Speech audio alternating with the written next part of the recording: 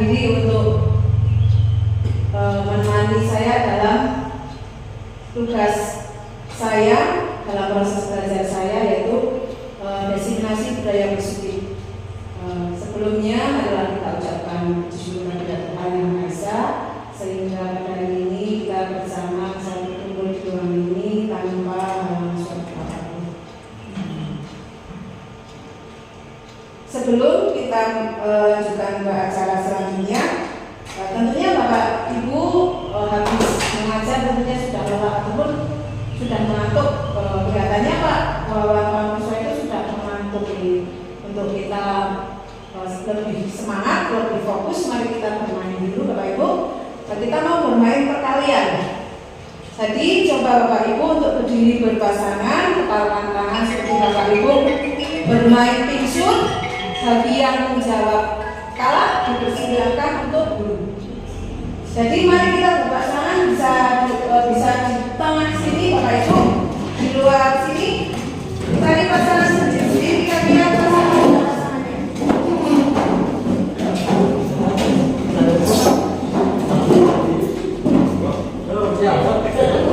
Berpasangan, berdiri berpasangan.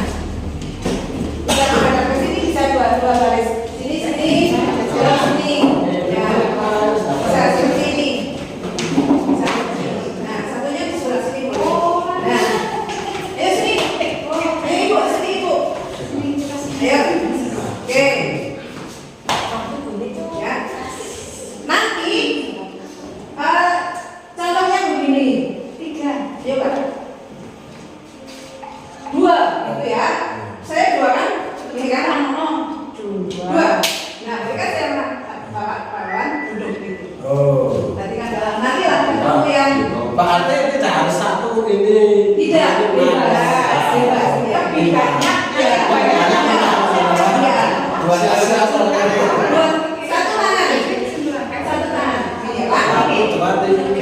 Oh, sama. Pak, enggak salah jawab. Oke. Mbak,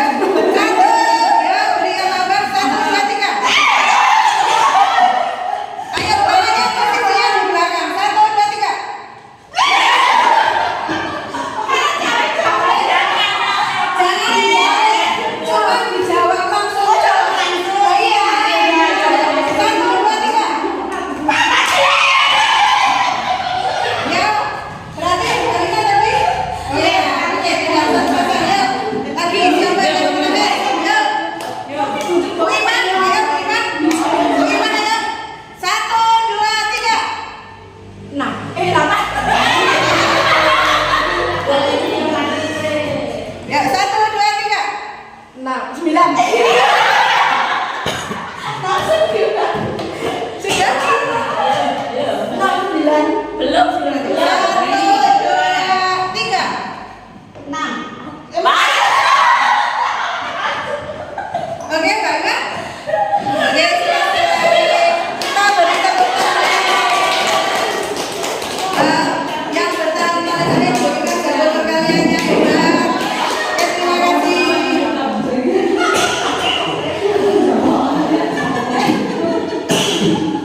Oke, terima kasih Bapak Ibu begitu menyenangkan ya ternyata. Kita ke acara yang ini yaitu diseminasi budaya positif. Bapak Ibu tahu apa itu budaya positif? Ada yang bisa membantu saya untuk menjawab? Mungkin Pak Wawan, Pak Personi, apa itu budaya positif Pak Wawan?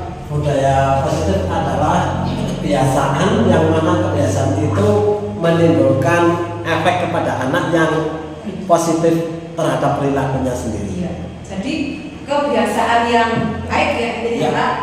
Apakah di SD kita ini sudah menerapkan budaya positif? Sudah. Apa contohnya itu? Salaman pagi. Kebiasaan. Ada. Salaman pagi. Gimana? Salaman pagi. Salam menyapa. Saling menyapa teman, menyapa teman, menyapa guru. Oke. Apakah harus selalu perbuatan yang ke karakter? Apakah bisa yang lain? Yang sudah membuang sampah pada tempatnya. Iya, membuang sampah pada tempatnya. Jadi itulah budaya positif. Jadi di SD kita sudah menerapkan budaya positif. Terima kasih. Tujuan kegiatan hari ini yaitu memahami tentang budaya positif. Dan kedua, menyusun keyakinan atau kesempatan kelas. Yang ketiga, kontrol dulu dan segitiga restitusi.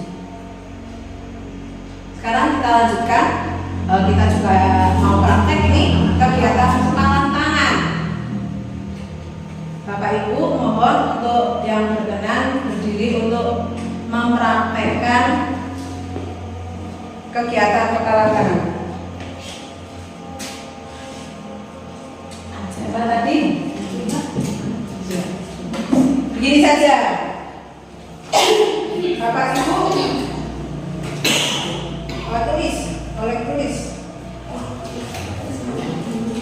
tulis sesuatu yang sangat berharga, sesuatu yang istimewa.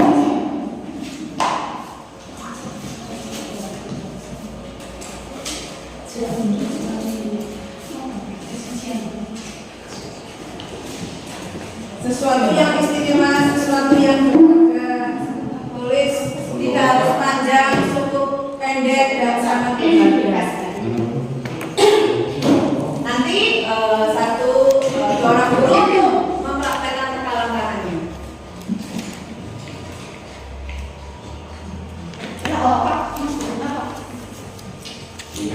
Soalnya bertemu.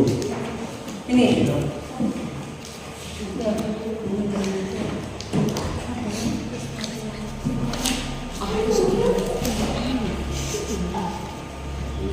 Sudah? Pak, kami itu belum. Nih Pak. Yuk.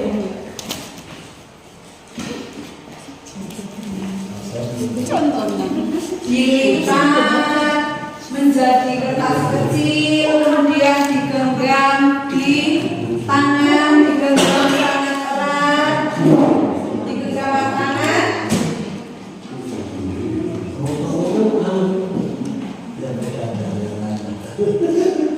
Sudah selesai ya? Bebas. Buat diri kita. Sesuatu yang harus benar. Buat diri kita.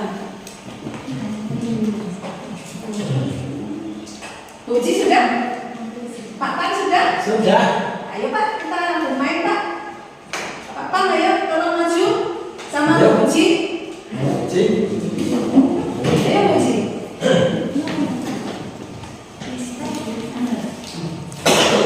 Sini biar teman-teman melihat.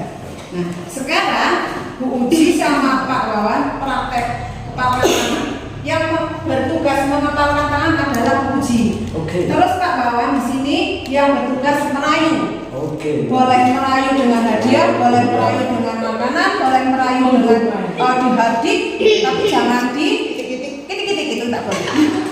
Wow. Monggo. Ayo Kak, dirayu supaya Bu Uji itu Hari ini begitu cantik. berhasil. Iya. Ini ada apa ya? Sisi.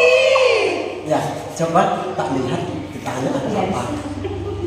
Oh, nah aku kasih sesuatu loh. Ya, kamu mau jajan enggak? Udah, saya kasih es krim. Enggak mau? Jangan gitu. Dua loh, dua. Es krimnya dua. Ya, oke, mau ya? Mau? Coba tak lihat dulu. Tak lihat dulu. Kayak apa? Aneh begitu.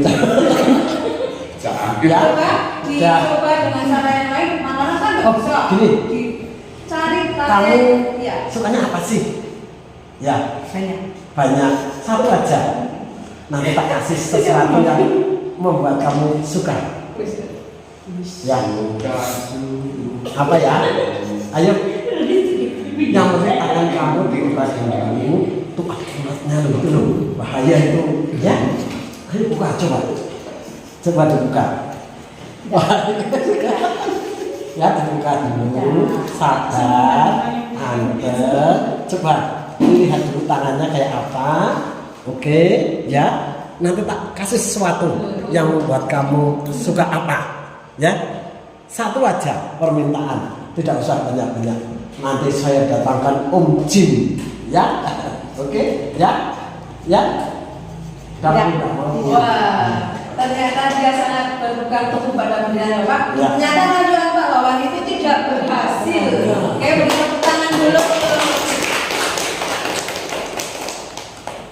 Oke, jadi kegiatan kepalan tangan itu adalah menunjukkan posisi kontrol kita. Jadi yang bisa mengontrol diri kita itu adalah diri kita sendiri. Sebagai guru, kita kadang berilusi ya kalau kita bisa mengontrol anak-anak. Ternyata anak-anak juga punya kontrol sendiri. Jadi garis besarnya kontrol itu ada pada diri kita sendiri. Oke, terima kasih. Kita lanjutkan lagi ke budaya positif. Disiplin positif dan nilai kebajikan universal itu ada teori motivasi, ada hubungan dan penghargaan, ada restitusi, ada kebutuhan dasar dan dunia berkualitas, ada 5 posisi kontrol, ada keyakinan kelas dan sertifikat restitusi.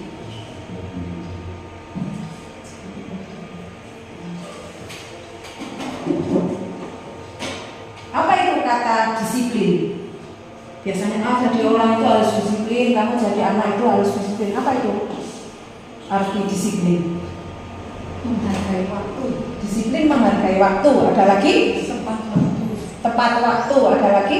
Sesuai aturan. Sesuai aturan. Mungkin ada lagi yang berpendapat?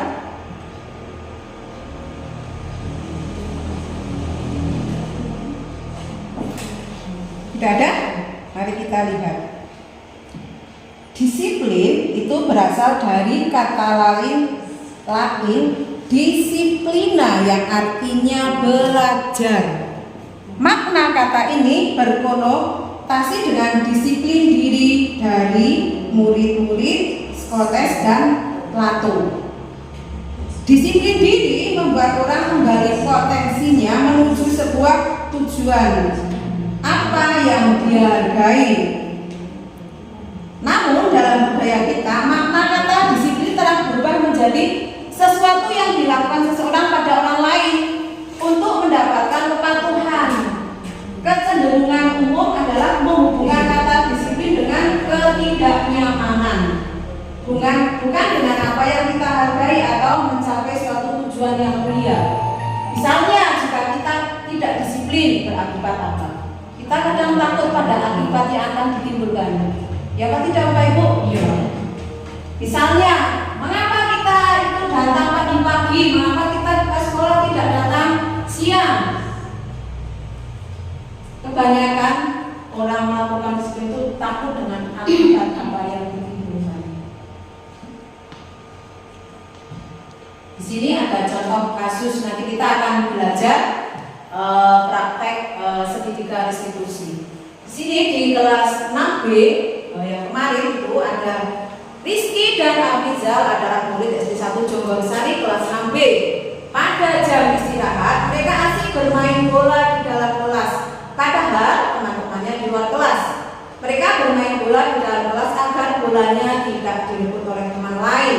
Padahal di dalam kesepakatan kelas sudah disepakati tidak boleh bermain bola di dalam kelas karena berbahaya, bisa mengenai kaca dan kelas pun akan menjadi kotor. Sebagai guru, saya perlu melakukan restitusi kepada mereka.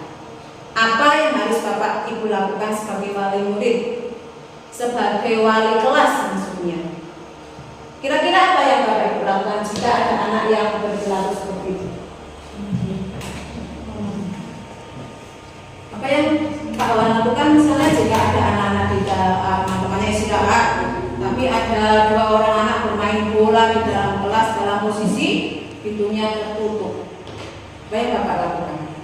Saya akan memanggil anak tersebut, yaitu saya ajak ke tempat ruangan, di mana ruangan itu anak itu akan saya beritahukan dan akan saya tekankan kembali, memberitahukan kembali, merefleksi bahwa kita telah membuat yang namanya kesepakatan kelas di situ. Kita jabarkan kembali, kita kasih tahu kembali kepada anak sehingga anak ingat akan apa yang pernah dia tuliskan. Oke, terima kasih. Bagus sekali. Ini kasus yang pertama. Kita punya kasus yang kedua. Eva Asyaika adalah siswa kelas 5B SD 1 Jonggolsari. Pada saat pembelajaran, saat harus mengumpulkan tugas, ia lupa mengerjakan karena lupa dengan alasan tidur terlalu awal karena capek. Karena pada siang hari banyak bermain. Sebagai guru, saya perlu melakukan restitusi kepada anak tersebut. Apa yang akan Bapak Ibu lakukan sebagai wali kelas? Misalnya Bapak Ibu wali kelasnya Mbak Eva di kelas 5B. Kira-kira apa yang akan Bapak Ibu lakukan?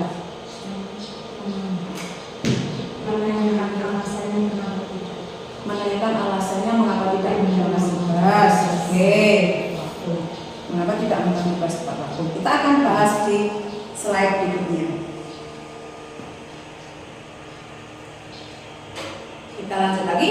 Nilai kebajikan universal. Nilai-nilai kebajikan adalah sifat-sifat positif manusia yang merupakan tujuan mulia yang ingin dicapai pada setiap individu.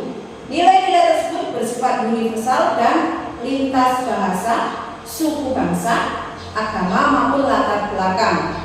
Setiap perilaku atau perbuatan memiliki suatu tujuan. Itu menurut Dr. William Glasser pada teori kontrol tahun 1984. Dengan mengaitkan nilai-nilai kebajikan yang diyakini seseorang, maka motivasi intrinsiknya akan terbangun sehingga menggerakkan motivasi dari dalam untuk dapat mencapai tujuan mulia yang diinginkan. Itu diambil dari Diana Dosen tahun 1998. Nilai-nilai kebajikannya ini dicapai oleh setiap anak Indonesia kita kenal dengan profil pelajar Pancasila. Apa itu profil pelajar Pancasila? Apa saja?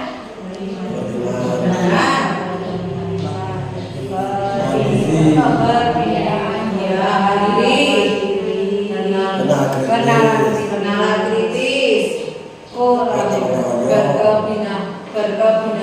kebinekaan global, gotong royong, kreatif. Itu ya nilai profil pelajar Pancasila. Misalnya begini, Bapak Ibu itu pagi-pagi kan datang, kadang di pagi hari itu kan Bapak Ibu menyambut anak. Kalau datang ya, itu unsur dari mana? Intrinsik atau ekstrinsik itu Bapak Ibu? Intrinsik itu kan dari dalam rumah, dari dalam dia. Mengapa Pak Wan tadi pagi itu berangkat sangat pagi, harus berdiri di depan pagar untuk menyambut anak-anak? Apakah karena Pak Wan ini penghargaan dari Bapak Kepala Sekolah? Nanti kalau saya dalam 1 bulan full tamat pagi saya akan diberi penghargaan. Kalau misalnya Pak Wawan itu berangkat pagi-pagi karena ingin mendapat penghargaan, itu berarti unsur dari mana? Ekstrinsik. Unsur memang ada iya, ada gambaran dari oh saya ingin iya akan diberi hadiah, saya akan diberi nilai yang bagus misalnya gitu Pak. Kalau in berarti kan dari hati kesadaran diri. Iya, kesadaran diri misalnya buat dia setiap pagi berangkat pagi jam 6.15 sudah sampai di sekolah untuk menyambut anak karena memang itu adalah suatu tanggung jawab seluruh kewajiban.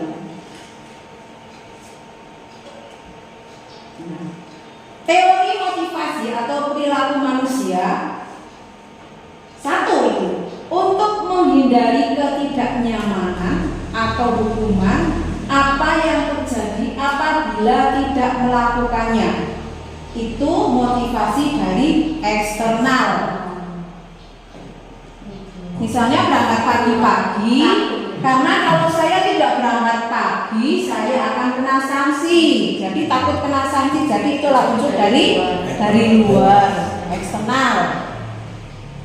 Dimarahin temannya karena tidak piket. Iya, dimarahin temannya karena tidak piket. Takut dianggap seorang guru yang tidak disiplin, tidak bertanggung jawab. Yang kedua, untuk mendapatkan imbalan dari orang lain atau institusi, apa yang akan saya lakukan apabila saya melakukannya itu motivasi dari luar juga eksternal. Terus yang ketiga, untuk menghargai diri sendiri, saya akan menjadi orang yang seperti apa apabila saya melakukannya. Itulah motivasi dari dalam. Misalnya di sekolah kita itu tidak mewajibkan kita itu untuk datang jam 7. Tidak ada itu. Apakah kita akan berangkat pagi? Tidak. Jika tidak ada peraturan, kita tidak harus berangkat jam 7. Tapi apakah Bapak Ibu akan berangkat jam 7? Sebelum jam 7? Bisa Tapi ada peraturan, tapi kan tidak melanggar. Itu tidak melanggar. Iya. Tapi kan ada motivasi. Iya. Misalnya, itu kan tidak ada peraturan tertulis ya. Datang jam 7.15. Apakah Bapak Ibu akan selalu datang sebelum tetap berangkat pagi-pagi? Mengapa Bapak Ibu datang pagi-pagi? Karena ada sesuatu yang akan dilakukan. Misalnya kita akan selalu datang pagi karena kewajiban kita adalah membimbing anak belajar. Gitu maksudnya. Jadi kita ada unsur dari dalamnya dulu, tidak ada oh saya takut ya.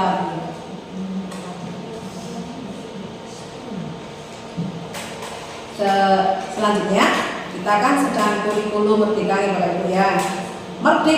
Merdeka itu menurut Ki Hajar Dewantara, merdeka itu artinya tidak hanya terlepas dari kata perintah, akan tetapi juga cakap buat memerintahkan diri sendiri.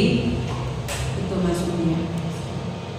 Tidak harus kita perintah, tapi kita bisa memerintahkan diri sendiri. Seperti tadi kita tetap berangkat pagi walaupun tidak ada yang memerintah. Itu maksudnya. Jadi sudah ada unsur dari dalam sendiri.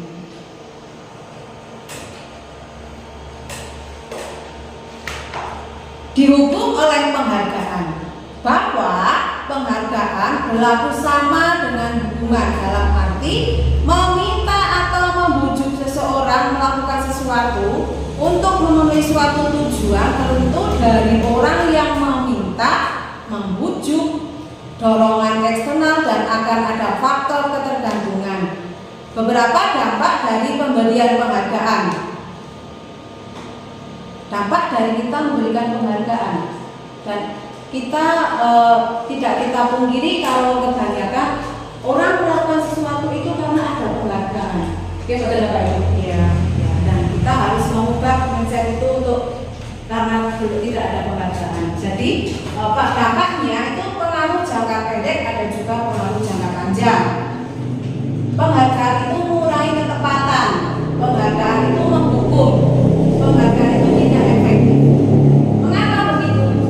Jika tidak ada penghargaan, maka kita akan tidak bergerak atau tidak akan melakukan sesuatu. Misalnya anak-anak begini, misalnya, ya mau melakukan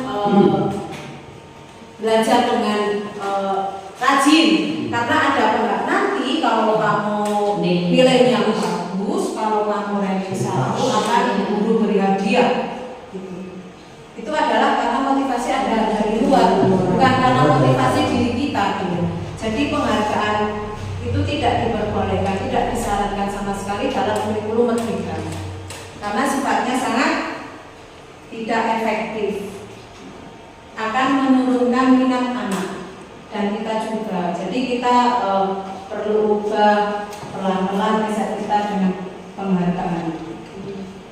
Jadi saya juga pernah berdebat di dalam diskusi, karena sudah kebiasaan maka kita akan menguranginya secara perlahan. Tidak harus ketika itu penghargaan harus dihapus, itu tidak. Jadi pelan-pelan penghargaan dikurangi sedikit demi sedikit, pada akhirnya nanti akan anak terbiasa melakukan sesuatu, kita terbiasa melakukan sesuatu tanpa adanya penghargaan.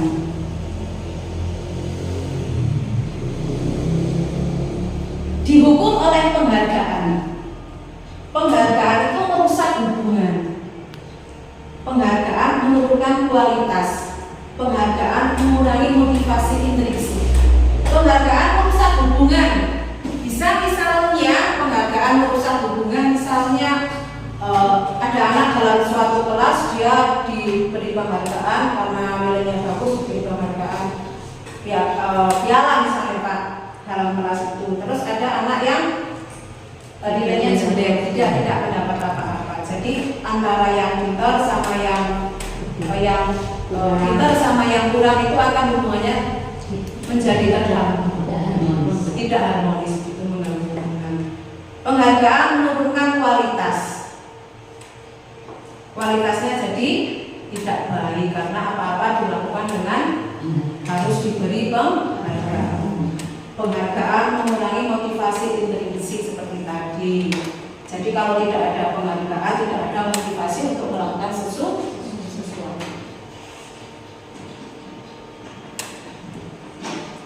Bentuk program kebajikan atau apresiasi. Jadi untuk supaya kita itu menghilangkan sedikit demi sedikit penghargaan, kita harus beri pengakuan secara khusus, beri pengakuan secara konsisten, beri pengakuan kepada murid bergantian, fokus pada prosesnya, beri pengakuan secara pribadi. Misalnya jika kamu bisa menghitung, kamu di kehidupan sehari-hari akan berguna. Jadi ada minatnya dari diri, bukan karena penghargaan. Dan diberi apresiasi secara konsisten. Jadi tidak secara hari saya sampaikan hari ini bahwa penghargaan itu akan dihapuskan atau menghilangkan dari pikiran kita atau pikiran anak-anak, tapi secara berlangsung, secara konsisten, secara teratur, bisa setiap ada momen-momen tertentu, supaya anak mau latihan takraw tidak harus diberi uang. Nanti ya kalau latihan Bu Guru beri hadiah 5.000 misalnya. Tanpa diberi ini seperti itu, anak-anak sudah mau melakukan sendiri. Jadi perlahan kalau misalnya kamu pintar bermain takraw, akibatnya dalam kehidupan sehari-hari akan apa kira-kira Pak Wawan?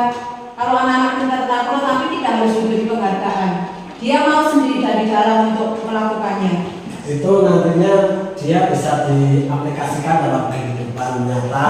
Contohnya dia bisa menjadi atlet, misalkan. Kemudian andaikan dia dalam kejuaraan, dia mendapatkan sebuah sertifikat, dia untuk melanjutkan ke SMP, itu dia juga lebih mudah gitu loh Bu. Jadi ada dua itu. Ya, jadi begitu ya Pak. Makasih sekali. Jadi begitu. Jadi pelan-pelan kita akan menghilangkan pelan-pelan penghargaan itu supaya bisa secara sadar di dalam untuk melakukan sesuatu. Hukuman atau konsekuensi. Itu ya, kita kadang-kadang bingung. Ini hukuman atau konsekuensi itu? Hukuman itu bersifat tidak terencana atau tiba-tiba. Jadi tidak terencana, tiba-tiba kita akan mengalami sesuatu. terjadi dan tidak dilibatkan. Yang tiga, hukuman bersifat searah dari pihak guru yang memberikan, dan murid hanya menerima suatu hukuman tanpa melalui suatu kesepakatan atau mengamankan dari pihak guru, baik sebelum atau sesudahnya.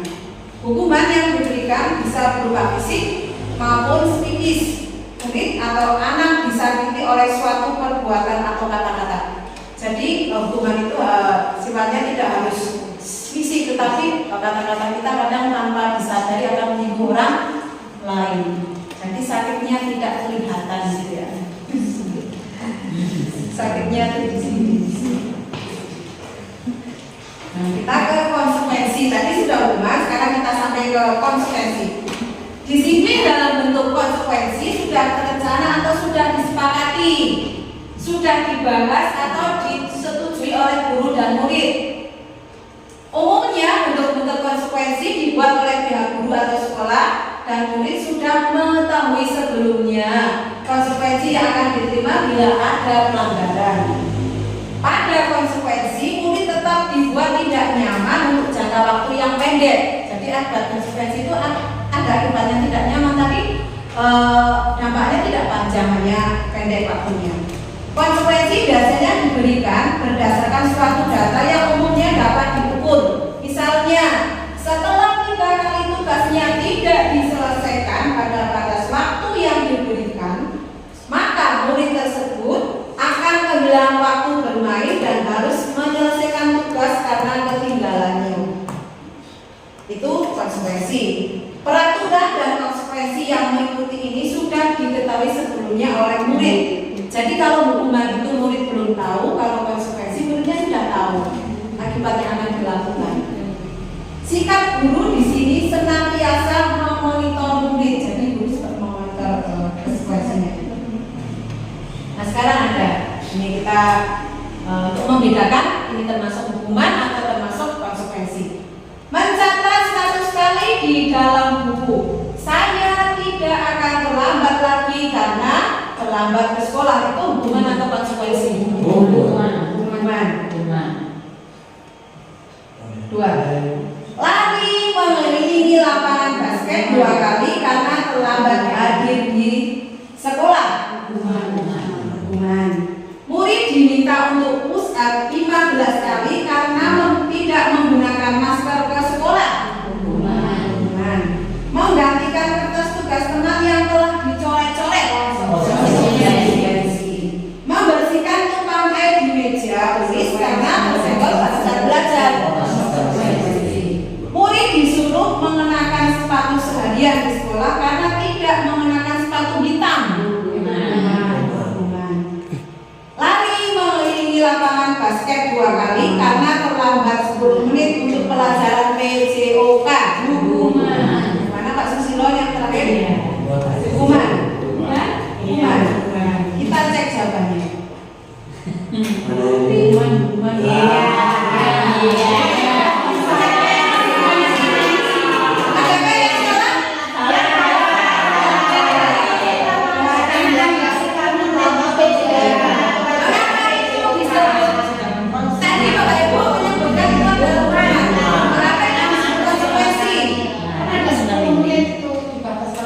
Iya, tapi kan ada pelajaran PJOK. Iya, betul. Karena ini ada hubungannya dengan pelajaran PJOK. Tapi mengelilingi lapangan basket 2 kali karena terlambat 10 menit untuk pelajaran PJOK. Jadi itu disebut konsekuensi karena hubungannya dengan pelajaran olahraga. Kalau misalnya gini, ada lagi. Tidak mengerjakan tugas tepat waktu, disuruh lari keliling sekolah. Lari itu tidak ada hubungannya. Jadi untuk membedakan seperti itu tidak ada hubungannya dengan yang kita perbuat. Itu yang saya tahu. Jadi Bapak Ibu sudah paham ya apa itu konsekuensi, apa itu hubungan. Kalau konsekuensi itu sudah kita tahu, kalau hubungan yang itu belum tahu. Kita sampai pada tadi hukuman sudah, hukuman sudah, konsekuensi sudah, sekarang restitusi. Apa itu restitusi? Bisa tolong baca Pak Bawan? Bisa jelas dari situ?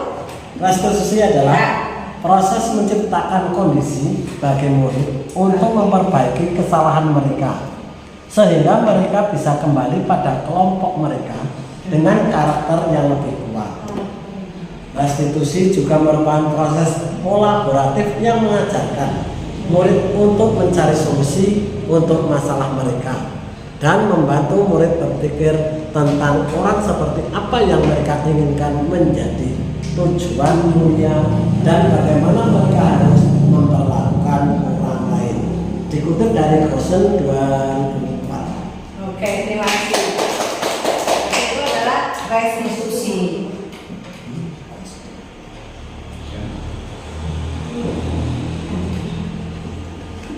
Jadi Bapak Ibu, di sini saya kurang balik. Di sini adalah di kolom ini adalah hubungan. Jadi ini karena tidak jelas jadi saya tarik. Jadi yang di kolom ini adalah hubungan.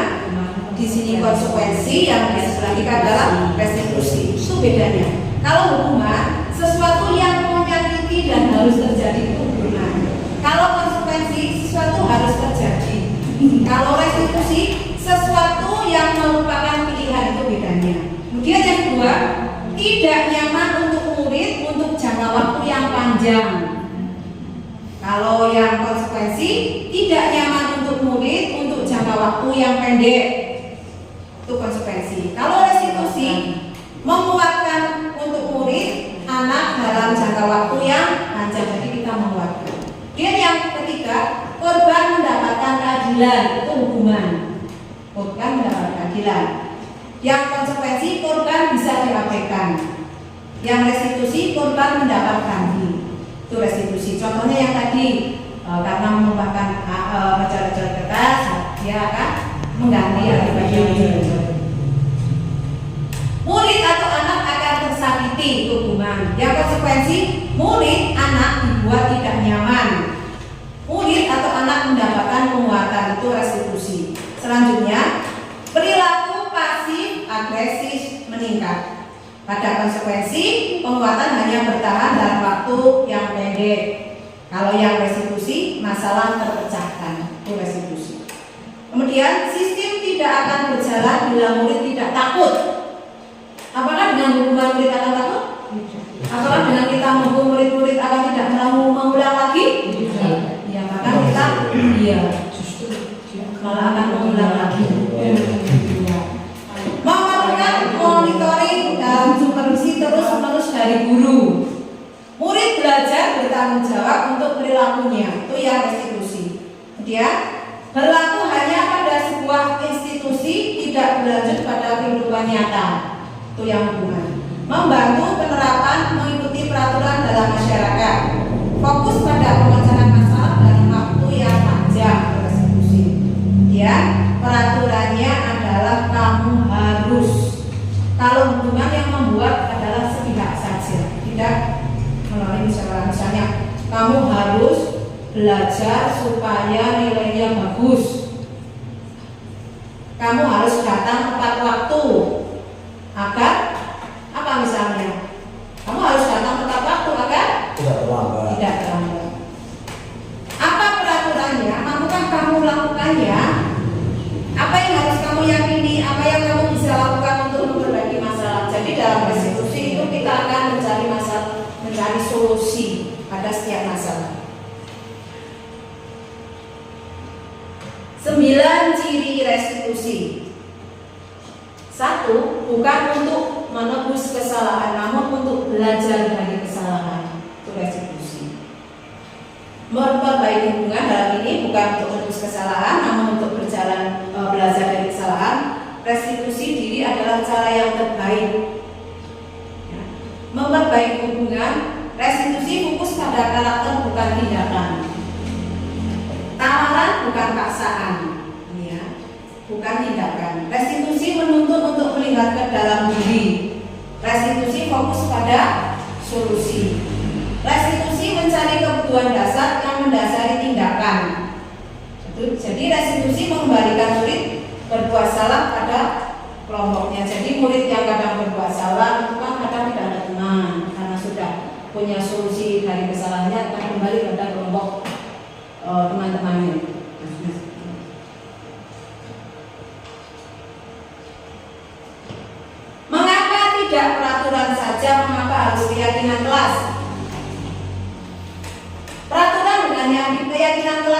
beda apa tidak Pak? Beda. Beda. Bedanya apa Pak? Kalau peraturan itu hanya satu orang saja yang membuat, Iya. sedangkan keyakinan kelas itu adalah melibatkan semua warga yang ada di kelas tersebut. Oke, bagus sekali. Jadi betul itu ya. Jadi kalian hanya satu pihak saja yang membuat, sedangkan keyakinan kelas adalah semua berpartisipasi untuk dalam membuat keyakinan. Mengapa kita memiliki peraturan harus menggunakan helm bila mengendarai kendaraan roda 2? Mengapa Pak? Bahwa itu kalau bersepeda, Bu Farina kalau pakai sepeda motor itu harus pakai helm. Apa alasannya Bu Farina kalau mengapa pakai helm? Untuk apa? Untuk keamanan. Untuk keamanan. Kalau tidak pakai helm, tidak amannya bagaimana? Tangkap polisi. Ada polisi. Ada polisi. Oke. Kalau pergi ke Wonosobo, ditangkap polisi. Ada alasan lain selain untuk keamanan, untuk takut ditangkap polisi? Ada alasan lain mengapa harus pakai helm? Keselamatan. Untuk keselamatan. Karena kadang orang pakai helm itu tidak harus takut, kalau salah pun pakai helm. Itu yang saya lihat Pak Salati itu pesawat mau rumput itu pun pakai helm karena demi keselamatan. Karena ada orang yang kejatuhan di pohon kelapa, akhirnya karena tidak pakai helm, akhirnya dia sampai pingsan dan giginya rompol. Itu ya. Mengapa kita memiliki peraturan 3M menggunakan masker, mencuci tangan dan menjaga jarak itu pada jam dulu kita jam pandemi? Karena demi apa? Kita menjaga jarak, pakai masker, mencuci tangan itu demi apa? Mengapa kita melakukan? Tidak tertular. Karena tidak tertular berarti pada apa ya? Untuk keselamatan demi kesehatan. Mengapa kita memiliki peraturan harus datang tepat waktu pada saat mengikuti pelatihan? Ya, Ada bisa mengikuti acara itu dari awal sampai akhir, materi tidak terputus. Oke, terima kasih. Selain itu juga tidak mengganggu peserta yang lain. Iya, betul. Karena kalau yang lain sudah konsentrasi, ada yang datang terus Iya, mengganggu jadi yang lain. mengganggu konsentrasi betul. Untuk mendukung motivasi intrinsik, berarti itu adalah motivasi intrinsik, motivasi dalam diri. Kembali ke nilai-nilai atau keyakinan. Nilai-nilai seperti tadi, nilai-nilai itu ada nilai demi kesehatan, demi keselamatan. Itu adalah nilai-nilai. Kalau keyakinan-keyakinan lebih menggerakkan seseorang dibandingkan mengikuti serangkaian peraturan.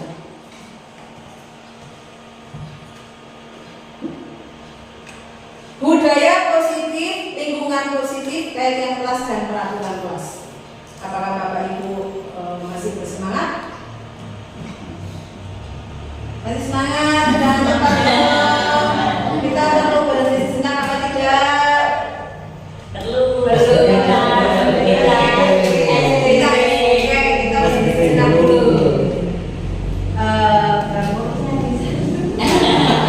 Sekarang dengarkan apa yang akan saya katakan. Lakukan apa yang saya katakan ini Bapak Ibu. Jika saya mengatakan pegang kepala, maka pegang kepala. Paham? Oke. Siap? Oke. Pegang kepala. Tangan.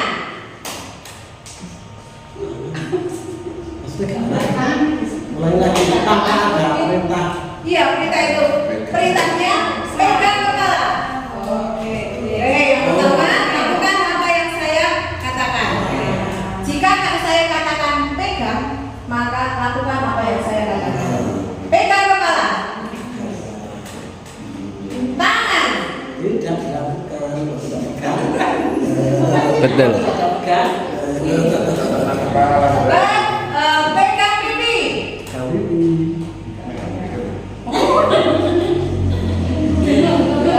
Pegang pundak teman.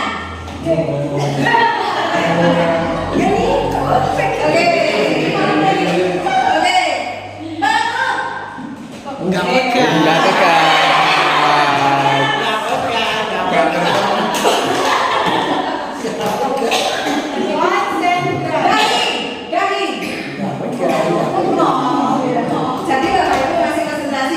kata kuncinya adalah PPK. Jika ada kata PK maka silakan dilakukan. Kita tepuk dulu ya lah. Oke, tepuk duluan. Masih ingat? Ya, tepuk duluan. Ya. Tepuk duluan. Masih ingat? Tepuk duluan. Kalau itu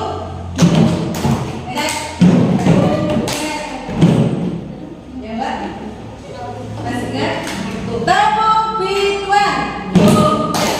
Tepuk itu.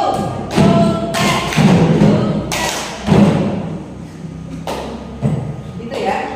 Oke, terima kasih Bapak Ibu, masih semangat. Kita lanjutkan ke materi selanjutnya.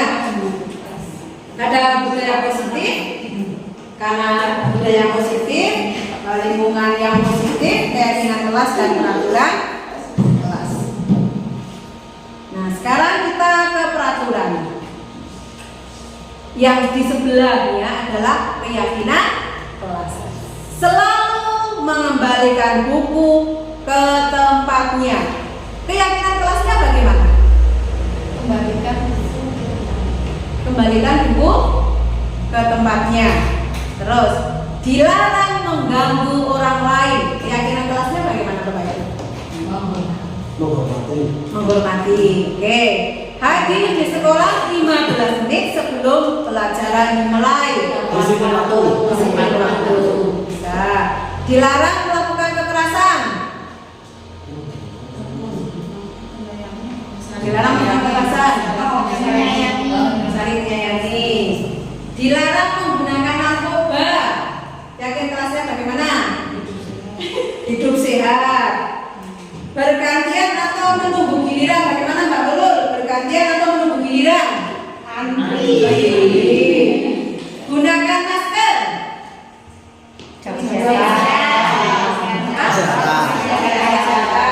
Jangan berlari di kelas atau koridor. Apa? Disiplin. Maka kita cek jawabannya Bapak. Selalu kembalikan buku tempatnya itu adalah tanggung jawab. Dilarang mengurangi itu menghormati orang lain. Tadi di sekolah 15 menit sebelum pelajaran menghormati orang lain itu sudah komitmen.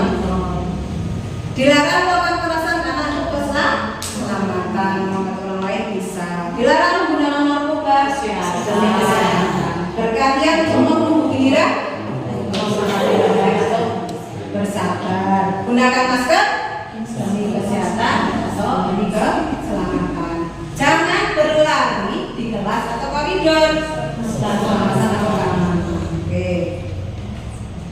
Jadi kita sampai pada kebutuhan dasar manusia.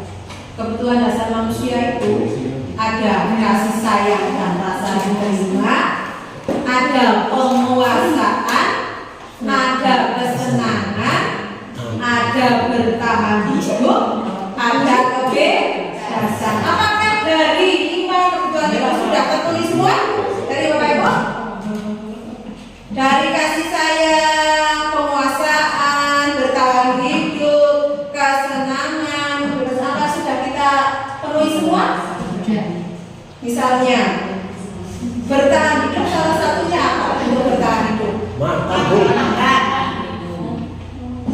Minum, makan minum, apalagi bernafas.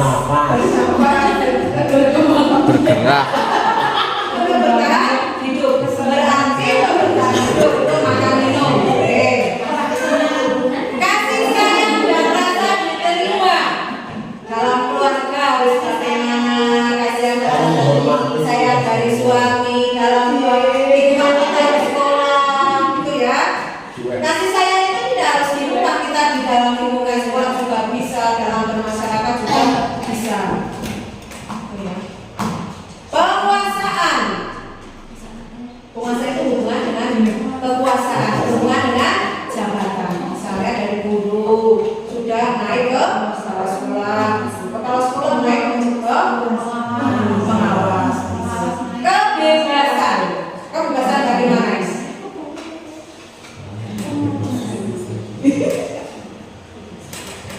Kalau misalnya begini, Bu Guru, saya ini bosan loh dengan pelajaran bahasa Indonesia, nggak menarik. Itu dalam 5 dasar manusia itu termasuk yang mana? Kesenangan. Jadi anak-anak misalkan bosan atau bosan itu perlu kesenangan. Atau misalnya ada lagi, ada anak nakal misalnya di kelas 1 kan anak-anak ada yang berlari-lari itu ya Bu, berlari-lari atau apa? Itu termasuk kalian itu. Anak-anak di dalam kelas ada yang lari, ada yang lari, ada yang dalam belajar gambar. Seperti apa? Masuknya kemana? Pas pelajaran yang diterangkan kan hanya itu gambar saja. Dia berkesenangan. Maksudnya ke sini. Gitu ya. Itu adalah kebutuhan dasar manusia. Sekarang 5 posisi kontrol yang kita untuk motivasi ini. Di sini misalnya ya, identitas gagal, kontrol dari luar. Misalnya penghukum, guru berbuat, menghadiri atau menunjuk-nunjuk atau menyakiti atau menyindir, itu adalah guru berbuat menghukum. Itu ya, misalnya kita tidak boleh berkata dengan kata-kata pun itu sudah menghukum. Kamu itu loh nggak pintar, misalnya nulisnya misalnya tapi atau menyinggung kamu, misalnya kamu jelek banget loh dengan pakai baju yang seperti itu kan sudah menyinggung ya. Jadi menyinggung, kadang orang itu sifatnya beda-beda, ada yang kadang semua, ada yang tidak. Misalnya di sini, pembuat rasa bersalah, berceramah dan mengatakan seharusnya kamu mengerjakan tepat waktu. Ibu kecewa loh, kamu itu nggak selalu mengerjakannya tidak tepat waktu. Itu membuat rasa bersalah. Jadi yang ditanyakan yang muridnya itu merasa bersalah. Guru kecewa, kamu kan misalnya kamu kan murid yang ibu sayangi, misalnya salah satu murid istimewa, mengapa kamu tidak mengerjakan tugas tepat waktu? Guru kecewa sekali. Jadi yang ditanyakan merasa bersalah. Terus guru berkata, kalau kamu tidak melakukan, awas ya, awas lu, boleh melakukan itu namanya mengancam. Awas ya, rasa kenapa ya? Itu kadang ya ada kata-kata seperti itu.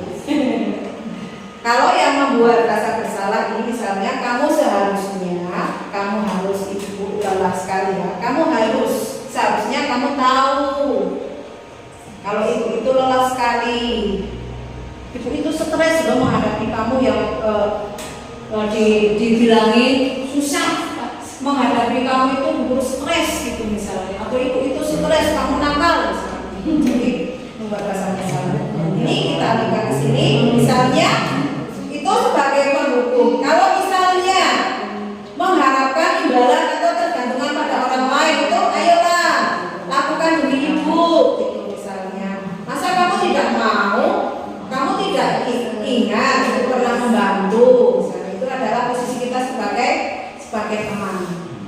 Kalau sebagai pengantor, apa peraturannya, apa kesepakatan kelas kita, kamu tahu atau tidak? Kalau tidak mengumpulkan tugas tepat waktu, bagaimana? Itu pemantau. Apa yang kita yakini, apa yang bisa kita kerjakan untuk memperbaiki masalah ini? Jadi mengingatkan kesepakatannya, kemudian menanyakan supaya kamu tidak lupa mengerjakan tugas, kamu harus bagaimana? Jadi punya solusi. Hasil membentak, menyalahkan orang lain itu berbohong. Membentak, menyalahkan orang lain itu berbohong. Yang membuat rasa bersalah, menyembunyikan, menyangkal, berbohong. Misalnya kita hasilnya dari orang itu membentak atau menyalahkan orang lain berbohong, akibatnya dia itu karena takut akan berbohong ke anak tersebut. atau berbohong dengan menyembunyikan kesalahan saya. Enggak, guru saya tidak melakukan itu. Jadi sebagai teman menjadi ketergantungan, sebagai pemantau menyesuaikan diri bila diawasi. Terus manajer menguatkan pribadi. Jadi posisi segitiga itu ada sebagai penghukum, membuat rasa bersalah, sebagai teman, sebagai pemantau, sebagai manajer. Kaitannya dengan dunia berkualitas. Murid meletakkan guru di luar dunia berkualitas. Murid meletakkan guru di depan di dalam dunia berkualitas. Misalnya begitu. Di identitas atau berhasil atau sukses di luar kontrol dari luar itu, murid meletakkan guru di orang yang sangat penting di dunia berkualitas. Jadi guru adalah orang yang sangat penting di dunia. Murid meletakkan guru, peraturan dan hukum di dunia berkualitas. Itu sebagai pemantau. Manajer, murid meletakkan dirinya sebagai individu yang positif dalam dunia berkualitas. Misalnya lagi ini, motivasinya, murid berkata, biarkan saja nanti juga marah-marah lagi. Misalnya saat kita biasa marah-marah, tapi biarkan saja nanti juga marah-marah lagi. Biasa itu guru suka marah-marah. Jadi karena sudah suatu kebiasaan dia dimarahin, dia tidak akan takut. Misalnya yang membuat rasa maafkan saya bu, gitu. Jadi yang salah dia merasa bersalah dengan minta maaf. Saya pikir bapak ibu teman saya ternyata begitu, dianggap teman ternyata tidak. Berapa banyak bintang yang harus saya peroleh, berapa halaman yang harus saya tulis, itu adalah sebagai pemantau. Bagaimana caranya saya bisa memperbaiki keadaan itu sebagai manajer. Kita sebagai manajer. Dampaknya pada murid. Kalau dihukum, dampaknya pada murid itu mengulangi kesalahan. Kalau kita biasa hukum, anaknya tidak akan patuh, malah akan mengulangi kesalahan. Kalau yang membuat rasa bersalah, merasa rendah diri. Kalau kita sebagai teman lemah atau tidak mandiri tergantung. Kalau sebagai pemantau, menitik beratkan pada sanksi atau hadiah untuk dirinya itu sebagai pemantau. Kemudian pada posisi kontrol diri, mengevaluasi diri bagaimana cara memperbaiki diri. Ini yang paling fokus adalah kita sebagai manajer. Tapi kita tidak harus langsung sebagai manajer, sebagai guru, kita bisa berbuat sebagai teman dulu. Kemudian sebagai kita memantau tindakan anak, yang terakhir kita sebagai manajer. Jadi anak bisa menemukan solusi masalah yang dia lakukan, itu kita sebagai manajer. Misalnya ini tugasnya ya. Pernyataan. Saya kecewa sekali dengan kamu. Siapa yang mengatakan?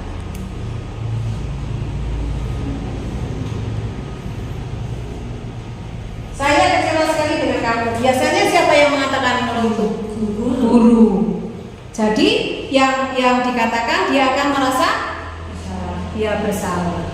Kamu tidak benar melakukannya. Ayo lakukan demi ibu.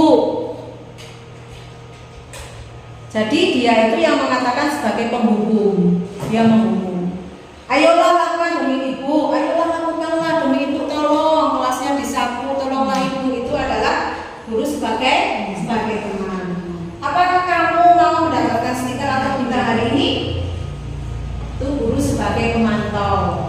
Kalau bagaimana kamu bisa menyelesaikan masalah ini? Jadi kalau anak bisa ada masalah, anak bisa menyelesaikan, punya solusi sendiri, berarti guru sebagai manajer.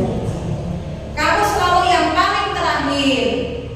Kamu selalu yang terakhir, menulisnya lambat. Teman-temannya sudah selesai, kamu belum selesai. Jadi guru sebagai penghukum. Jadi guru sebagai penghukum. Inilah segitiga restitusi.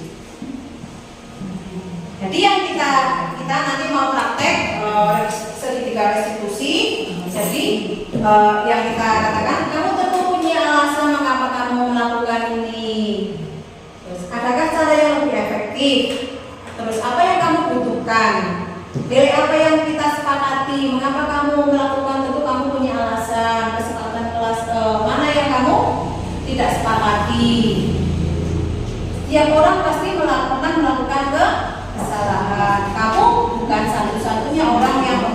berbuat salah. Ini misalnya ini, yang ini validasi kebutuhan. Ini pada kalimat ini, validasi kebutuhan. Ini dengan kalimat kamu tentu punya alasan mengapa melakukan itu. Ada lagi, adakah cara yang lebih efektif untuk mendapatkan apa yang kamu butuhkan? Ini memvalidasi kebutuhan anak. Kemudian menstabilkan identitas. Ini pada kalimat yang ditunjukkan guru. Setiap orang pasti pernah melakukan kesalahan. Kamu bukan satu-satunya orang yang pernah melakukan ini. Kemudian pada yang menyatakan keyakinan, nilai apa yang telah kita sepakati? Kamu ingin menjadi orang yang seperti apa? Itu adalah pada kalimat menanyakan kesepakatan kelas.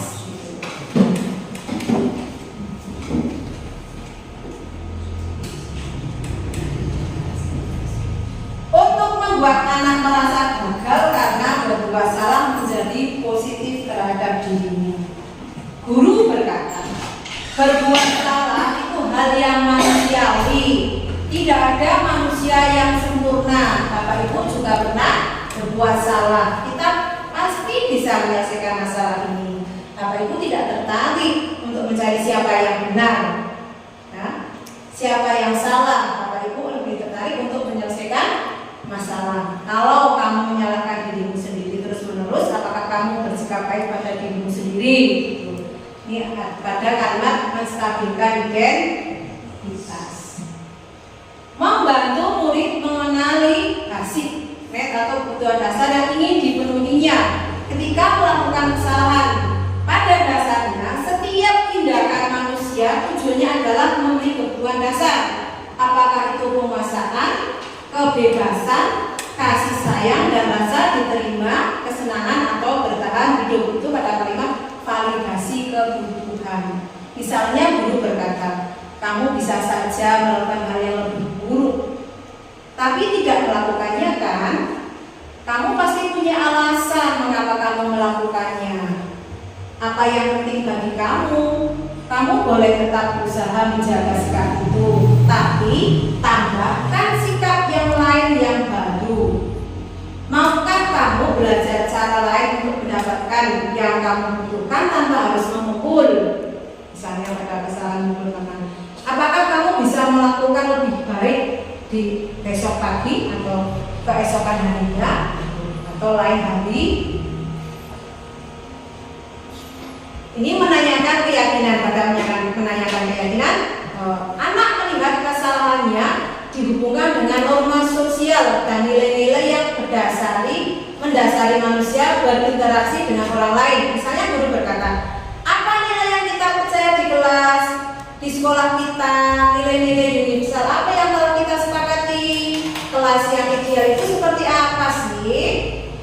Kamu ingin jadi anak yang seperti apa? Apa kamu rasakan ketika kamu melakukan itu? Kamu menjadi orang yang seperti apa? Itu pada menanyakan keyakinan kelas. Contohnya ini saya punya contoh segitiga restitusi.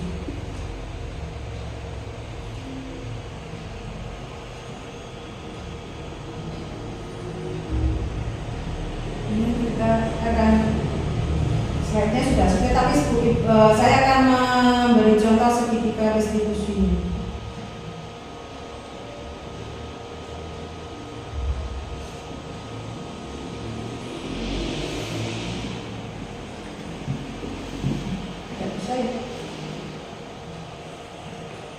Kak, tolong bantu saya.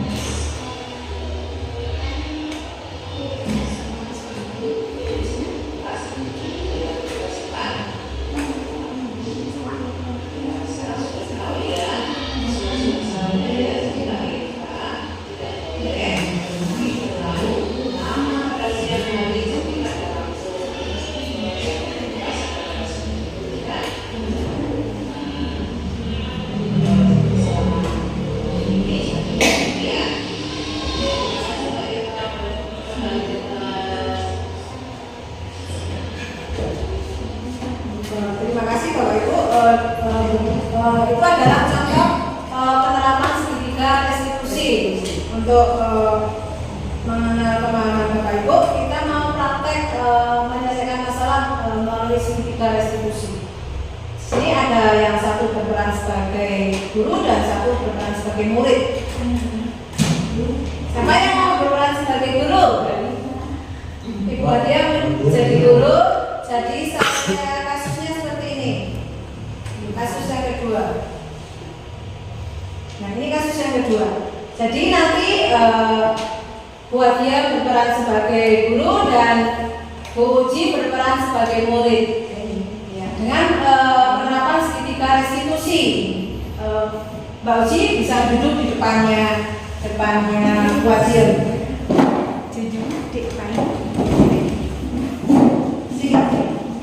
Oke.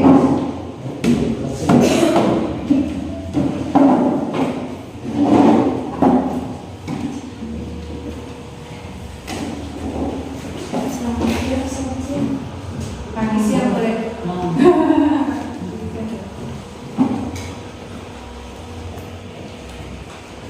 Oke, selamat pagi juga. Sehat Mbak Uji?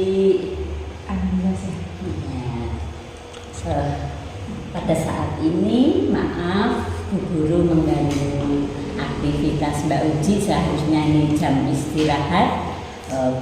Mbak Uji saya panggil, mungkin ada hal yang perlu Bu Guru sampaikan. Kira-kira apa yang akan Bu Guru sampaikan, Mbak Uji?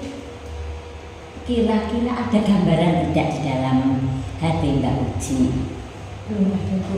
Oh, belum ada. Kalau belum ada, maaf ya, Bu Guru mau menyampaikan hal-hal yang perlu kita bicarakan pada saat ini.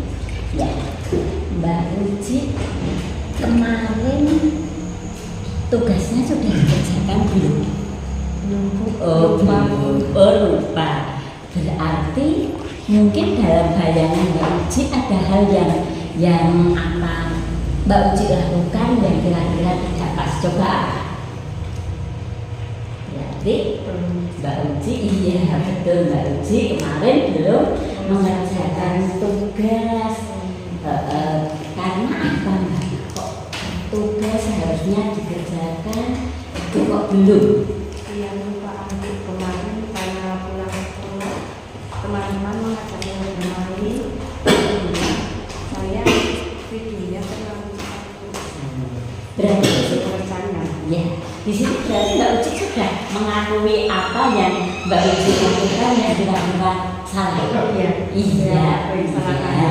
Terima kasih Mbak Uci sudah mengakui kesalahan, yaitu kemarin belum melaksanakan atau mengerjakan tugas karena diajak teman-teman bermain sehingga setelah sore lelah dan terus tidur, lupa belum mengerjakan tugas ya. Bu Guru maklum juga karena kita adalah manusia yang tidak sempurna. Bu Guru juga banyak melakukan kesalahan, yang juga Mbak Uci kemarin juga melakukan kesalahan. Nah, untuk itu mohon maaf, nanti apa yang Mbak Uci telah lakukan nanti Mbak Uci harus mengerjakan, yaitu apa caranya, konsekuensinya ya. Nanti maaf, kapan nanti mau mengerjakannya? Nanti Bu pulang sekolah akan saya kerjakan supaya tidak lupa. Oh iya, terima kasih, berarti sudah ada kesepakatan.